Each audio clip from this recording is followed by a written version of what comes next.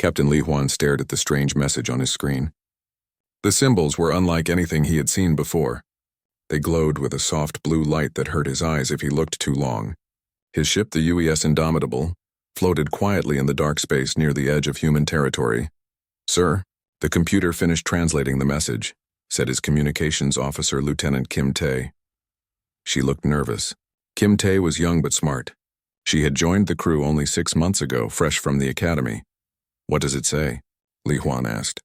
He had been a captain for 15 years. He had seen many strange things in space, but nothing like this. Kim Tae read from her screen. "It says they are the Galactic Council. They know about Earth and humans. They want to meet with our leaders. There is trouble in the galaxy, and they need help to solve it." Li Huan felt his heart beat faster. First contact with aliens. Every human had wondered when this day would come. They had found evidence of alien life before. Old ship parts floating in space, strange energy readings from distant stars. But this was different. This was real communication. "Send this message to Admiral Park Soo right away," he ordered. "Use the quantum link. She needs to know about this now." Admiral Park Soo was on her flagship, the Soul's Pride, when the message arrived. The Soul's Pride was the largest ship in the human fleet. It was 5 kilometers long and carried enough weapons to destroy a small moon. Park Soo had worked her whole life to command such a ship. She read the alien message 3 times. Then she called her senior officers to the bridge. Commander Nam Gil arrived first. He was her tactical officer and an old friend. Intelligence Officer Kim Tae came next. Not the same Kim Tae from Li Huan's ship, but her older sister. The family had a tradition of military service. "What do you think?" Park Soo asked them. "Is this real or a trap?" Commander Nam Gil studied the message data. "The technology is real, Admiral. The signal came from outside our galaxy. No human ship could send this. The power needed would be enormous." Intelligence Officer Kim Tae had been quiet, reading her tablet. Now she looked up. "I have been studying our files on alien contact. We have found pieces of alien ships before. The metal matches what we see in this message transmission."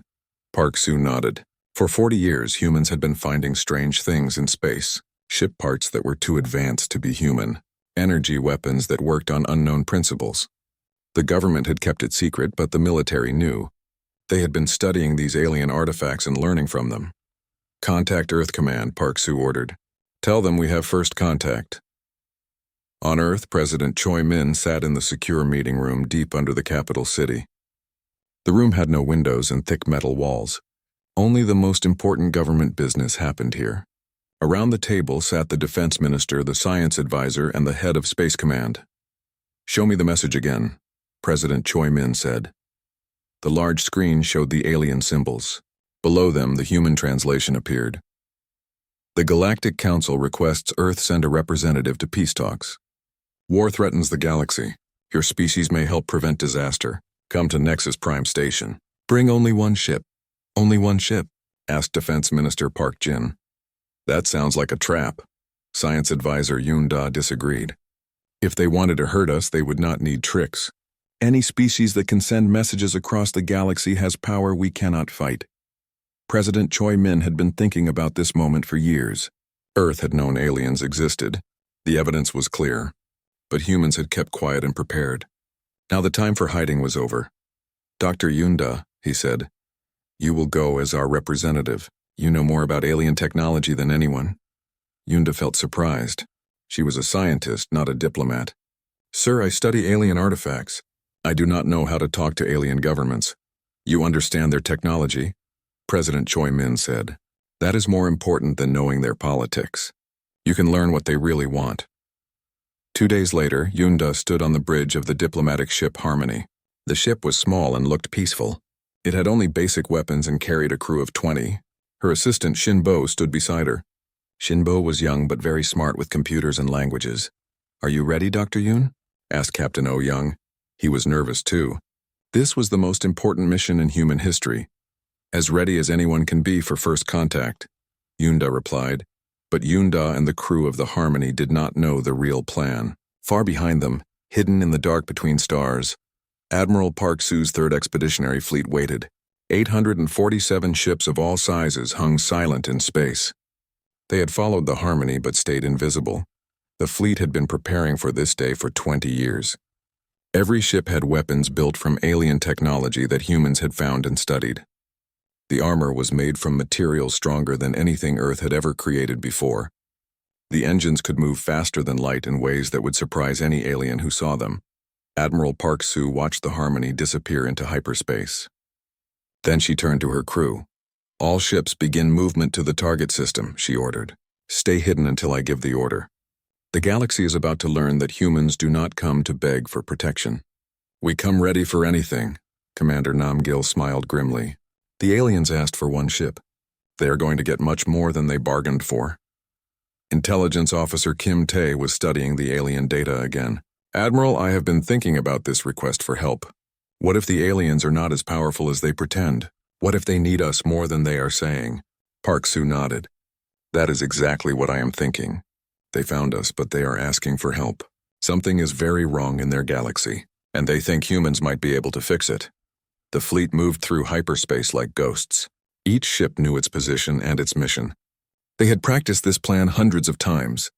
When they arrived at their destination, they would surround the entire star system without being detected. The galaxy was about to discover that humanity had not been hiding in fear. They had been watching, learning, and preparing. The peace talks would happen, but humans would be ready for anything that came next. As the Harmony traveled toward the unknown, carrying hopes for peace, the greatest fleet humanity had ever assembled followed behind, carrying the promise that peace would be protected by strength. The Harmony dropped out of hyperspace near a site that took Yunda's breath away. Nexus Prime Station was enormous. It looked like a metal city floating in space, with towers and rings that spun slowly around a central hub. The station orbited a neutron star that pulsed with deadly radiation every few seconds. "How big is that thing?" whispered Shinbo, staring through the main window. Captain O'Young checked his instruments. "The computer says it is over 50 kilometers across. It could hold millions of people." Strange ships moved around the station. Some looked like crystals that had been carved into flying machines. Others were smooth and round like water drops. One ship looked like it was made of pure light with no solid parts at all. "Incoming transmission," reported the communications officer. "They are sending docking instructions." A voice spoke through the ship's speakers. It sounded mechanical but tried to seem friendly. "Welcome, humans of Earth. I am the station artificial intelligence. Please follow the yellow guide lights to docking bay 7. The Harmony followed the lights through the maze of the station's outer structures. Other ships watched them pass. Yunda could see alien faces through some of the windows. They looked curious but not hostile. The docking bay was huge and filled with strange atmosphere that glowed softly blue. As soon as the Harmony landed, a group of aliens approached. They wore suits that let them breathe in the station's air. The leader was tall and thin, made of what looked like living crystal. Light moved through its body in patterns. When it spoke, the words came from a small device on its chest. "I am Thexhai of the Veltar," the crystal being said. "I welcome you on behalf of the Galactic Council. You are the first humans to visit our station." Yunda stepped forward. She had studied alien languages during the trip, but hearing one speak was still amazing. "I am Dr. Yunda, representing Earth and humanity. This is my assistant Shinbo." Thexhai's crystal body flashed with different colors. "Your species is young but shows promise. Come, the council waits to meet you." They walked through corridors filled with the strangest mix of beings Yunda had ever imagined. Creatures that floated instead of walking, others that looked like giant insects but wore beautiful robes. Some were so alien that she could not figure out how they moved or even how they were alive. The council chamber was a vast round room with seats arranged in a circle. 12 different species had representatives there. Yunda tried not to stare, but each alien was more incredible than the last. Thexhai gestured to an empty seat. "Please sit. We have much to discuss." A being that looked like it was made of flowing water spoke first. Its voice bubbled like a stream. "I am Merkai of the Murdai. We are glad you came. The situation is very serious." Thexhai activated a holographic display in the center of the room. It showed a map of the galaxy with different colored areas. "The red areas belong to the Vorthak Empire," Thexhai explained. "They have been expanding for 100 years. They take planets by force and make slaves of the people who live there." An insect-like being clicked its mandibles. "I am Ziktal of the Hive Collective. The Vorthak destroyed 3 of our worlds last year. They said we were weak and deserved to be conquered. Yunda studied the map. The red areas were large and growing. What do they want now? They demand we give them the Kalani Federation, said a voice like singing wind. The speaker was a being of pure energy that shifted colors as it talked. I am Lummoth. The Kalani are a peaceful people who have never hurt anyone, but the Vorthak say they want Kalani space for their expanding empire. Another alien stepped forward. This one looked almost human, but with blue skin and large black eyes. I am Silana of the Kalani Federation. My people are terrified. We have no weapons to fight the Vorthak. If the Council does not protect us, our entire species will become slaves or worse. Yunda felt anger growing inside her. She had read about bullies like this in Earth's history books. Why does the Council not stop them? An ancient-looking being with gray skin and tired eyes answered. I am Uldane. My people have lived in this galaxy for 10,000 years. The Vorthak are strong. Their ships are powerful. We have tried to fight them before, but they always win. Many species have been destroyed trying to stop them. Dexhai's crystal body dimmed. We hoped that together, all the Council species might find a peaceful solution. That is why we called you. Sometimes a new voice can see things we cannot. Shinbo leaned close to Yunda and whispered, They are scared, all of them. Before Yunda could respond, alarms began ringing throughout the station. The lights changed from blue to red, and a mechanical voice announced, Vorthak ships approaching. All species prepare for diplomatic contact. Through the chamber's large windows, Yunda saw 3 massive ships arriving. They were dark and covered with weapon ports. Each ship was twice the size of the largest human vessel. They moved with the confidence of predators. They came early, Silana whispered. They were not supposed to arrive until tomorrow. The largest Vorthak ship sent a message to the station. A rough, harsh voice filled the chamber. This is War Prime Gulmarsh of the Vorthak Empire. We come to collect what is ours. The Kalani Federation will surrender now, or we will take their worlds by force. Thexhai tried to maintain calm. War Prime Gulmarsh, these are peace talks. We have not finished our discussions. Gulmarsh's laughter was like the sound of breaking metal. Peace talks are for the weak. The strong take what they want. You have 1 day to hand over the Kalani, or we begin our attack. The transmission ended, leaving the chamber in shocked silence. Silana was crying, her blue skin pale with fear. The other council members looked at each other with helpless expressions. There must be something we can do, Yunda said. Uldane shook his ancient head. The Vorthak have the largest fleet in the galaxy. Each of their ships can destroy a planet. What can we do against such power? Gulmarsh's voice came over the speakers again. I see we have a new species here. Humans, is it? How many ships did you bring, little mammals? 1, 2? His laughter filled the chamber again. Your species looks soft and weak. You will make good servants when we conquer your world. Yunda felt her anger growing stronger. Shinbo saw the look on her face and touched her arm gently. Doctor, remember why we are here. But Yunda was thinking about the hidden fleet that followed them. Admiral Park Su and 800 ships were somewhere in this system, waiting and watching. The Vorthak thought humans were weak newcomers begging for protection. They were about to learn how wrong they were. War Prime Gulmarsh, Yunda said, standing up. You seem very confident for someone who knows nothing about my species. What could one primitive world do against the might of Vorthak? Gulmarsh replied. Yunda looked at Shinbo, who nodded slightly. They both knew what came next. The time for hiding was almost over. You're about to find out, Yunda said quietly. The council members looked confused, but Silana stopped crying. Something in Yunda's voice gave her hope for the first time in months. Outside the station, invisible to all scanners, Admiral Park Su's fleet waited in perfect formation. Soon the galaxy would discover that humanity had not come to beg for protection. They had come to give it.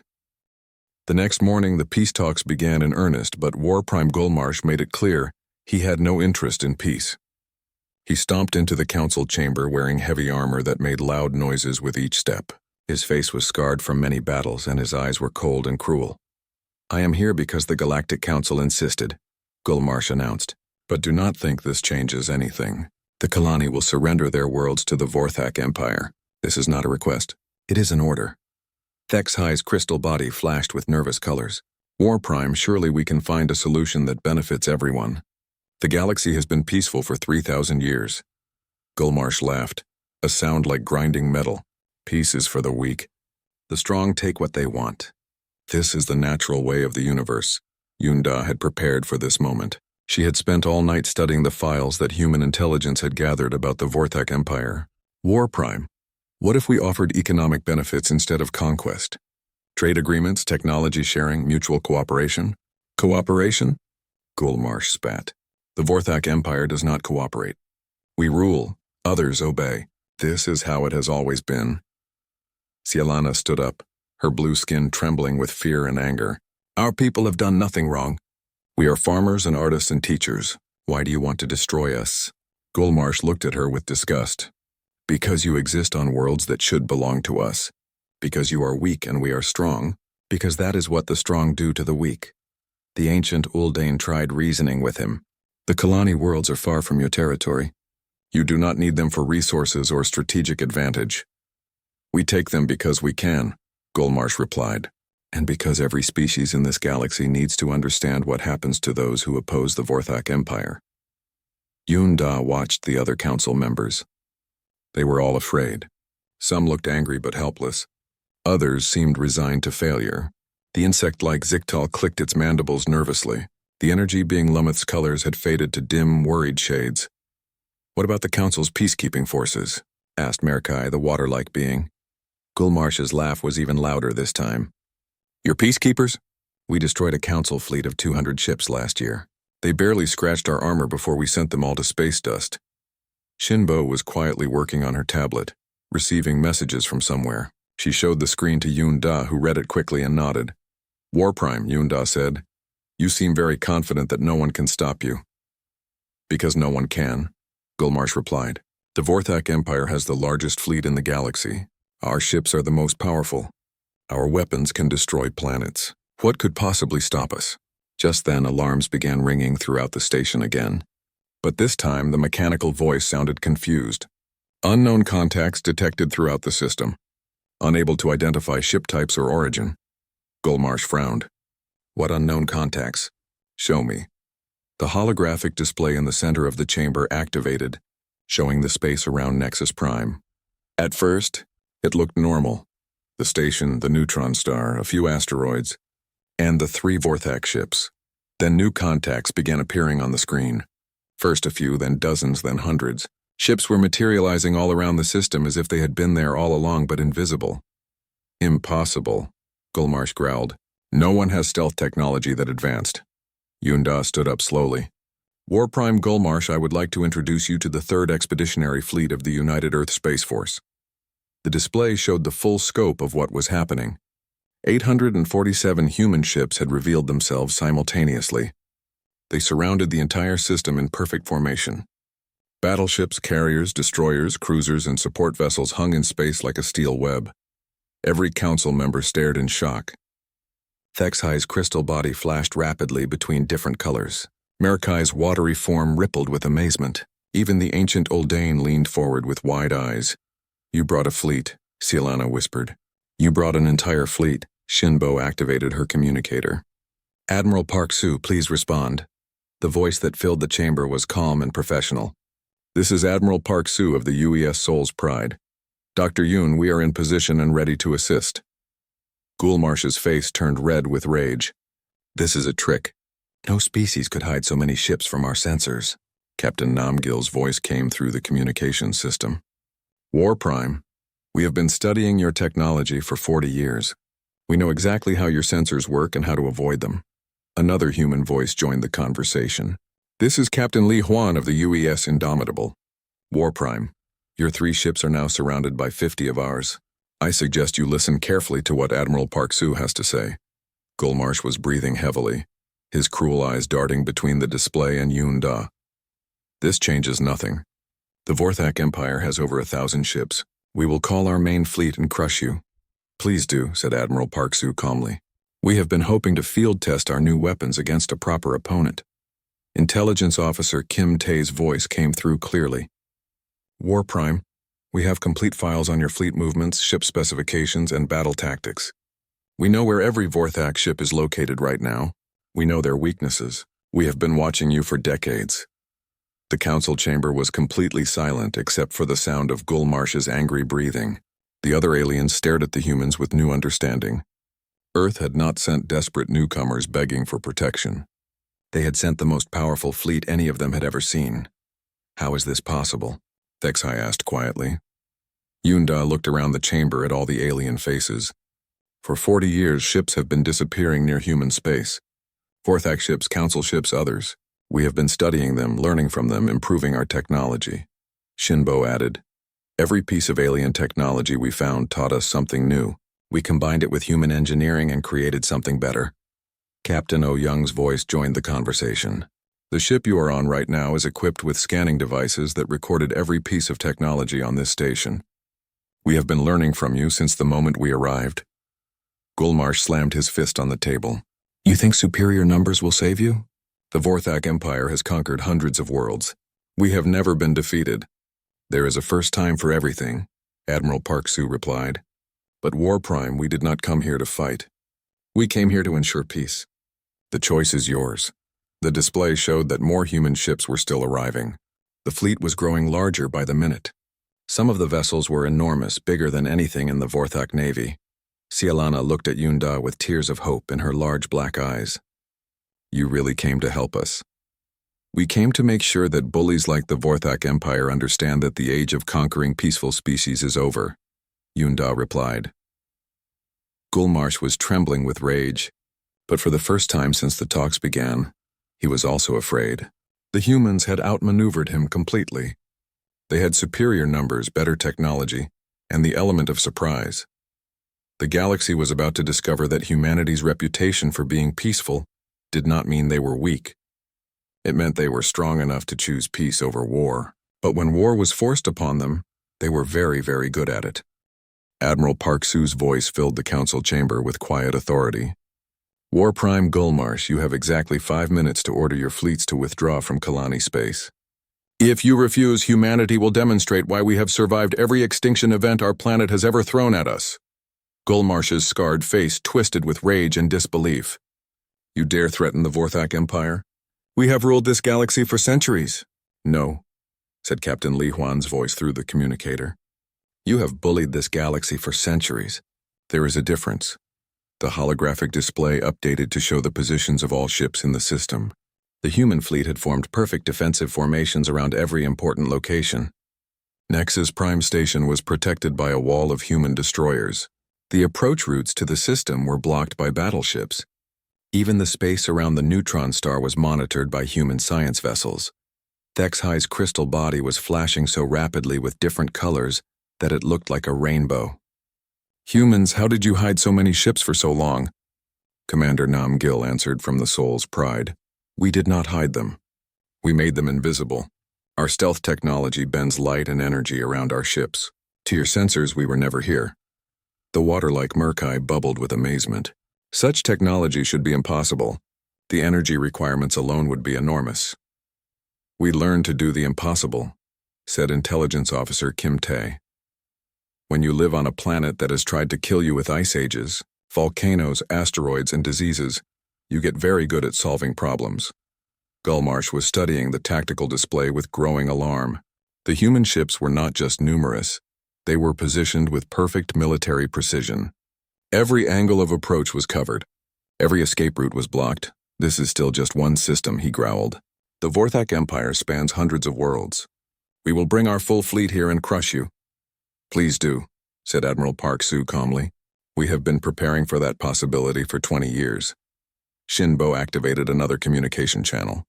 Captain Zhang Wu of the UES Busan Fury, please demonstrate our defensive capabilities. With pleasure, came the reply. On the display, everyone could see the 3 Vorthak dreadnoughts that had been threatening the station. They were massive ships, each one capable of destroying a small fleet. Their shields glowed with energy and their weapons were charged and ready. Then something impossible happened. A single beam of energy from the human ship Busan Fury struck all 3 Vorthak ships simultaneously. The beam split and curved through space in ways that violated every known law of physics. When it hit the Vorthak ships, their shields simply disappeared. Impossible, Gulmarsh shouted. Our shields are the strongest in the galaxy. Captain Zhang Wu's voice was matter-of-fact. Your shields work by deflecting energy. Our weapons work by ignoring energy barriers. We studied your shield technology from the ships we captured. Then we built weapons specifically designed to defeat them. The council members were staring at the display in shock. The Vorthak dreadnoughts were completely helpless. Their most powerful defensive systems had been neutralized by a single shot from one human ship. "How many ships did you say you captured?" asked the ancient Uldane. Captain O. Young answered from the Harmony. "Over the past 40 years, we have recovered and studied 47 alien vessels of various types. Vorthak, council species, and others. Every ship taught us something new." Yunda addressed the council directly. "We did not steal these ships. They entered human space without permission and with hostile intent. We defended ourselves and learned from what we captured." Cialana looked at Yunda with growing hope. "You studied our technology too?" "We studied everyone's technology," Shinbo replied. Kalani agricultural systems, Veltar crystal computing, Merdai fluid dynamics, Ziktal collective communication networks. We learned from all of you and combined your knowledge with human engineering. The insect-like Ziktal clicked its mandibles in what might have been approval. Efficient. The collective respects efficient learning. Gulmarsh was breathing heavily, his hands clenched into fists. "Even if you have better technology, the Vorthak Empire has more ships. We can overwhelm you with numbers. Can you?" asked Admiral Park Soo. "Commander Kim Tae, please share our intelligence files with the War Prime." The display changed to show a map of the entire galaxy. Red dots marked Vorthak fleet positions. Blue dots showed human ships. There were far more blue dots than anyone had expected. "Impossible," Gulmarsh whispered. "Our intelligence says humans only have ships in one star system." "Your intelligence is 40 years out of date," said Intelligence Officer Kim Tae. "We have been expanding quietly throughout the galaxy. We have listening posts, supply bases, and defense platforms in over 300 systems. We know where every major fleet in the galaxy is located at all times." Commander Nam Gil's voice carried a hint of satisfaction. "War Prime, did you really think we would reveal ourselves without being completely prepared?" "Humans do not gamble with the survival of our species." The energy being Lumeth spoke in tones of wonder. "You have been watching all of us for decades." "We have been learning from all of you," Yunda corrected. "We knew that eventually we would need to take our place in galactic society. We wanted to be ready for whatever we might face." Captain Li Huan added, "We hoped we would find peaceful neighbors who would welcome us, but we prepared for the possibility that we would find enemies who would try to conquer us." Gulmarsh was staring at the galactic map with growing horror. The human presence was everywhere. They had been watching, learning, and preparing while the rest of the galaxy remained unaware. "You have been spying on us," he accused. "We have been protecting ourselves," Admiral Park Soo replied. "When unknown ships approach your territory with weapons charged, you have two choices. You can hide and hope they ignore you, or you can learn everything about them so you can defend yourself if necessary." Dexhai's crystal body had stopped flashing, and now glowed with steady, thoughtful light. "Humans, why did you not reveal yourselves sooner? Why hide for so long?" Yunda looked around the chamber at all the alien faces watching her. "Because we wanted to understand you before we met you. We wanted to know if you were friends or enemies. We wanted to be sure that when we introduced ourselves, we could protect not just ourselves, but anyone who needed protection." She turned to look directly at Gulmarsh. "The Vorthak Empire has spent centuries proving that might makes right. Today you meet a species that has more might than you do. What happens next depends on what you choose to do with that knowledge." The chamber fell silent except for the hum of the station's life support systems. Outside, 800 human ships waited in perfect formation, their weapons powered but not yet fired. The balance of power in the galaxy had shifted in a single moment. Gulmarsh looked at the tactical display one more time. His 3 dreadnoughts were helpless. His empire's fleets were scattered across the galaxy, and human ships were watching all of them. For the first time in his life, the War Prime of the Vorthak Empire was facing an enemy stronger than himself. The galaxy would never be the same again. War Prime Gulmarsh stared at the tactical display for a long moment. His breathing was heavy and sweat ran down his scarred face. The most powerful warrior in the Vorthak Empire was facing defeat for the first time in his life. "You have made your point," he said finally. "But this will not end here. The Vorthak High Command will never accept this humiliation." Admiral Park Soo's voice remained calm. "War Prime, contact your fleets in Kalani space. Order them to withdraw immediately. Do it now." and no blood needs to be shed today. Gulmarsh activated his personal communicator with shaking hands. All Vorthak fleets, this is War Prime Gulmarsh.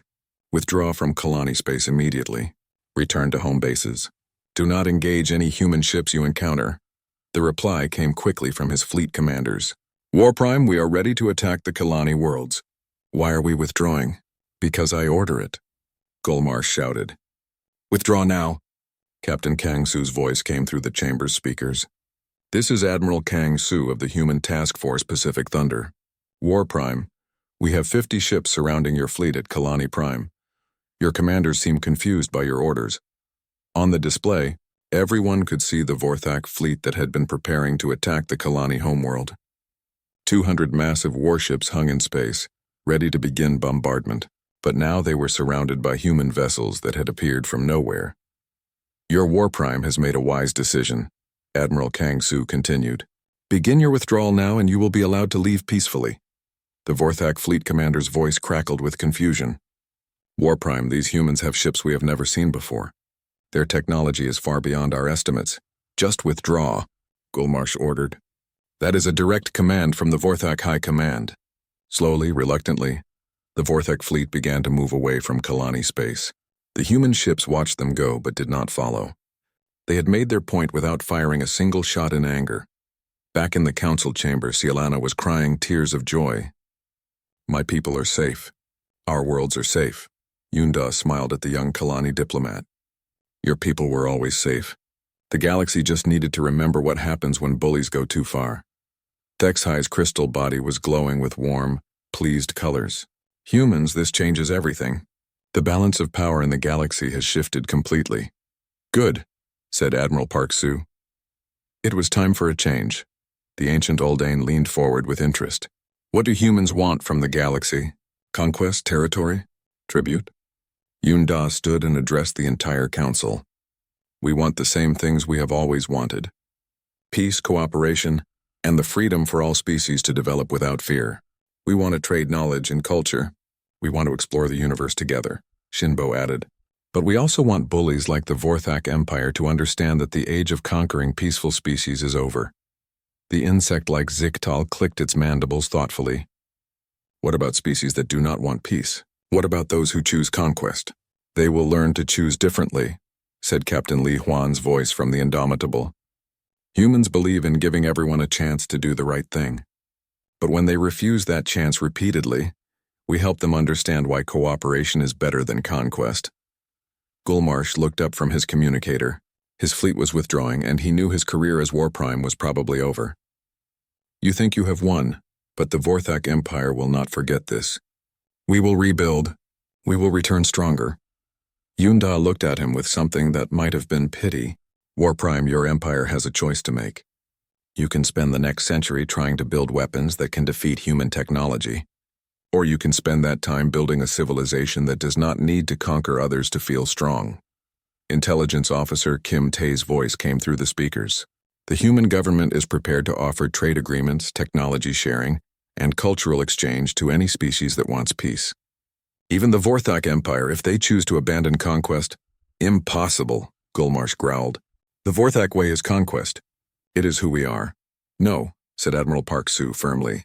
Conquest is what you chose to do. It is not who you are. Every species can choose to be better than their worst impulses. The energy being Lummoth shimmered with curious colors. Humans, will you join the Galactic Council? Your voice would carry great weight in our discussions. Yunda looked around the chamber at all the alien faces watching her.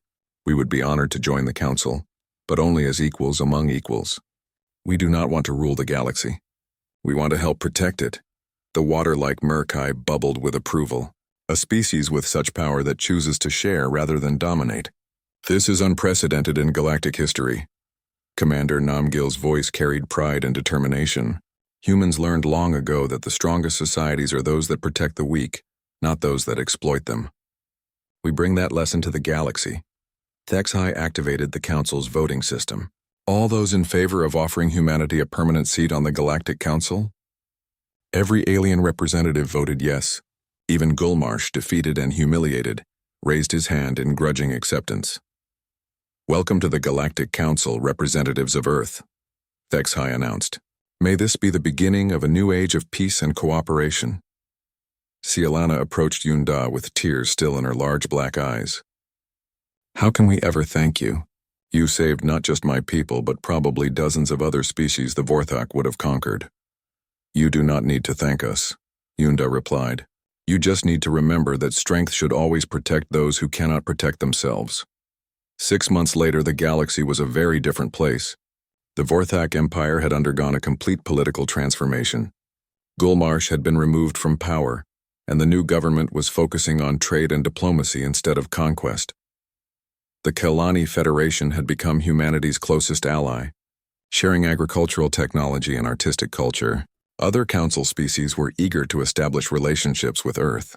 Admiral Park Sue oversaw the construction of humanity's first galactic naval base, a massive station that would serve as headquarters for peacekeeping operations. Captain Li Huan led joint training exercises where human and alien crews learned to work together. But perhaps the most important change was in how the galaxy thought about power. For the first time in centuries, the strongest military force belonged to a species that used that strength to protect others rather than conquer them. Throughout the galaxy, a new phrase entered the common language of peaceful species. When someone threatened them or tried to bully them, they would say, "Do not make us call the humans."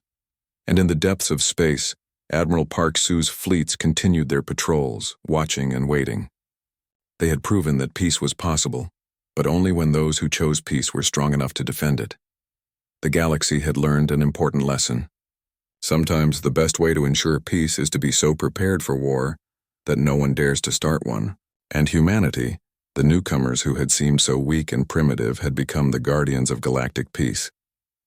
The age of conquest was over. The age of cooperation had begun, and it had all started when the peace talks failed, and the galaxy realized that humanity had arrived with a fleet.